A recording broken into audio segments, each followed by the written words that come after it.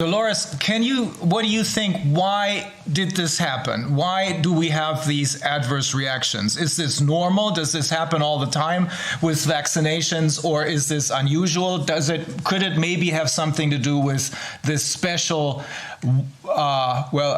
some people say it's not even a vaccination, it's a genetic experiment. What do you think? Yeah, so it doesn't really meet the criteria, but I suppose there are three waves of adverse events, right? There's the adverse events, which is more or less like anaphylaxis in the first week. Then these vaccines shouldn't be given in a second dose, so I know they're planned, a lot of them, for 2 vaccinations, but the real adverse events will happen, whatever the mRNA is in the vaccine, that when the person comes across that, it could be in February, March 2021, or in a year later, that would be when in the animal studies, maybe 20%, 50%, or all of the animals died. So I'm also saying that people over 80 who get these, between the combination of the first adverse events, which is about 2.5% in some vaccines, 1 in 40 people, have adverse events where they are not able to function or work or live life normally. For the second vaccination, it could be 1 in 10. But for the over 80-year-olds or 75-year-olds, I would think that about 80% of them will have life-limiting adverse events or die when they come across the mRNA again.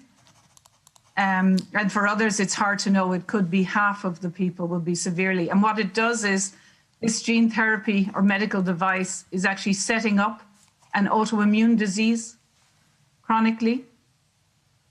That's what it's setting up. So it's a bit like injecting people with peanuts, or but they don't know what it is. And then you come across something, and then you go into your adverse events. And the adverse events is you start this, it's anaphylaxis first, the first wave, anaphylaxis, allergic reaction, the second wave. But the third reaction, when you come across whatever the mRNA is against, you have stimulated your immune system to have a low-grade autoimmune disease, not immunity, to yourself, because the mRNA is expressing a viral protein. You make yourself a genetically modified organism. So the immune system is meant to push the viruses out, or the bacteria, but you actually see it in your body, in your cells. The autoimmune disease is attacking yourself, low-grade. When you come across the virus, we'll say February, March, that stimulates the immune system to get rid of the virus, but then it suddenly sees that you have viral proteins in your cells and in your organs. Your immune system attacks your own organs. You then, after about a week of that, go into organ failure because your immune system is killing your own organs, and those patients will present as sepsis initially for another week or 2, and then will die from organ failure.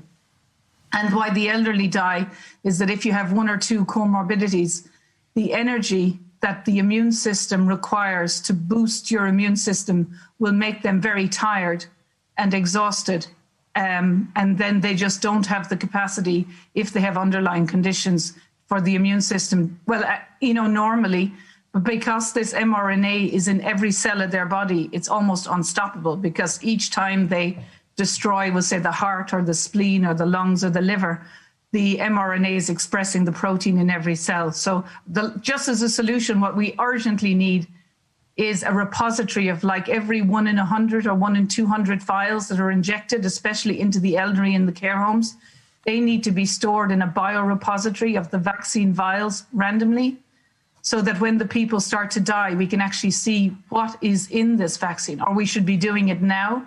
So that I am concerned that maybe there are multiple mRNAs in this vaccine and not just something for corona. We should be sequencing the mRNA, because if it was influenza as well or other viruses, we would be priming these people to the natural viruses that are circulating. So there needs to urgently be quality control, random, for doctors to be required to give 1 in 100 to a repository, and someone like me could forensically, analyze what's in these vaccine vials, so that when the elderly start dying, we will know. We should be knowing now what's in them. So it's absolutely a dangerous gene therapy, should not be given to the elderly. Mm-hmm. I'll try and explain this in German. And you interrupt me when I make a mistake. The thing is... I'm saying in English, yeah, when they announced these trials, right? Because there has never been a clinical trial. There's never been an mRNA vaccine licensed before September 2020 because of the deaths in the animal studies.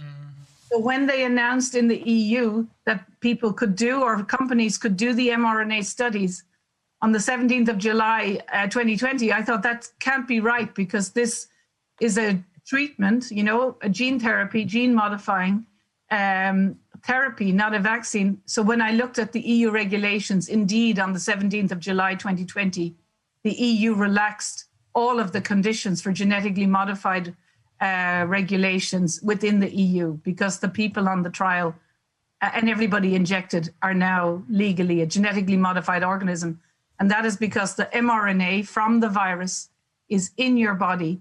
We don't know, it's not yet known if that mRNA integrates into the genes, you know, the chromosomes, but it must do. That's why it causes so much death. So that's why we need a biorepository to see what the mRNA is. If they have integration-like sequences in this mRNA, it will go into your chromosome. You will express it for the rest of your life. Potentially, it can go into your reproductive organs so that your children will be genetically modified organisms. You express the viral protein, you know, and you're human. That is the definition of a genetically modified organism. You have the DNA, RNA from another organism.